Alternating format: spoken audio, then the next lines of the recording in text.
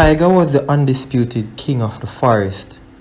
Tiger lilies were named after him, tiger moths were named after him, and the stories of the forest were called tiger stories.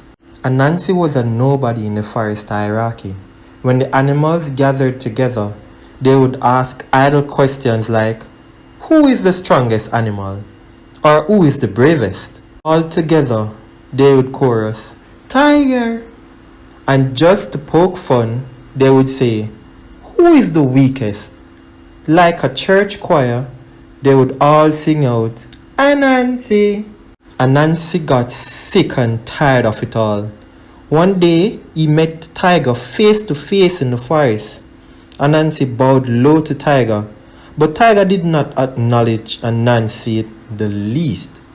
He had no time to waste on such an insignificant speck. Tiger, said Anansi, you have it all. Can't you just ease me up and let me have one thing named after me? Tiger wanted to ignore Anansi, but his curiosity got the better of him. And just what is it you want to bear your name, Anansi? The stories, replied Anansi. I want them to be called Anansi stories. Now Tiger loved those stories and did not intend to give them up to this crawling nobody. Still, even the undisputed king of the forest needed a laugh sometimes. So he said to Anansi, if you can do one small thing for me, I will let you call the stories Anansi stories, or any other name you like. But Anansi didn't like the sound of this. What one thing would that be, Tiger? He asked cautiously. Nothing too hard. Just capture Snake for me by the end of the week, and all the stories will be known as Anansi stories forevermore. Good thing Anansi had 8 legs to stand on, because at least 4 of them buckled same time. The snake was not your flimsy garden variety snake. Snake of the jungle was big, very big, and Anansi was small, very small. But Anansi could think big, so he said, I'll do it. At that, there was a huge burst of laughter from all the other animals, who had been eavesdropping in the conversation. They went home, tears of amusement rolling down their faces. Anansi went home, very worried, but thinking, this was on Monday, so I have the rest of the week. So the next day, Anansi went on the trail he knew Snake traveled on every day. He made a large noose out of a strong vine and placed some of Snake's favorite berries inside it. He hid in the bushes, holding the other end of the vine. Snake came slithering along the path. He spied the berries and his mouth watered, but he also spied the noose. He laid the weight of his body on the vine, then reached in and ate the berries quickly. Anansi tried and tried, but he could not pull the vine to close the noose. Snake's body was too heavy. The next day, Anansi went a little further down Snake's favorite trail and dug a pit in the ground. He placed a luscious hand of ripe bananas in it, then smeared the sides of the pit with grease so that Snake would slip in when he tried to get the bananas. Snake came along the path. He spied the bananas and his mouth watered, but he also spied the grease. So he wrapped his tail around a thick tree trunk, then reached into the hole with his head and ate the bananas. If he had lips, he would have licked them. He raised his head out of the pit, unwrapped his tail, and slithered away. And Nancy made a square trap out of sticks, with spaces on 3 sides and a door on the other. He put some mangoes inside. Soon, a piglet came along and went straight for the mangoes. He didn't notice when Anansi shut the door behind him.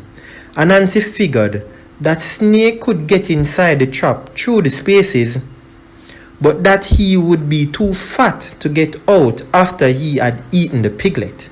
Snake came along and saw the piglet. The creature was so terrified when he saw Snake that he went crazy, squealing at the top of his lungs and smashing the trap into pieces. The piglet fled into the bushes and Snake's mouth didn't even get the chance to water. Anansi muttered to himself, Fool, good for nothing pig. So on the next day, it was now the end of the week. Anansi was still snakeless. He went directly to Snake's house and sat outside, looking dejected. Snake came out and looked at Anansi in surprise. But you brighty, all week long you're trying to catch me. And now you're sitting here barefaced in a me yard? Anansi looked at Snake and sighed. Yes, it's true. But I was trying to catch you for a worthy cause, Now the other animals will continue to talk behind your back. What you talking about, Anansi? What they saying about me?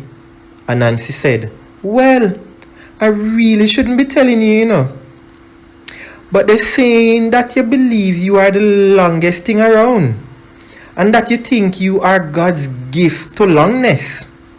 When even the shortest bamboo around here is longer than you. Snake was outraged. Measure me, Anansi. Measure me. Cut down the longest bamboo you can find and let me shut up those backbiters. Anansi ran and cut down the longest bamboo. He rested it on the ground and Snake stretched out beside it. Call them, Anansi. Let them see that nothing around here can test me. Anansi scratched his chin. Well, Snake, there's a problem. You look longer than the bamboo. But how do I know that when I go up to your head, you're not crawling up to look longer? And when I go by your tail, you're not shifting down on that end. Tie me tail then, Anansi, if you don't believe me. By this time, curious animals were gathered around to watch. Anansi tied Snake's tail tightly to the bamboo with some vines. Then he said to Snake, Stretch, Snake, stretch. You're almost there. Stretch till your eyes shut and you can't stretch no more. Anansi had never seen a snake sweat. Snake stretched till his eyes were squeezed shut, and in a flash, Anansi tied his head to the pole, then his middle. The animals who had been watching were silent. There was no laughing at Anansi anymore. He had said he would capture Snake, and he did.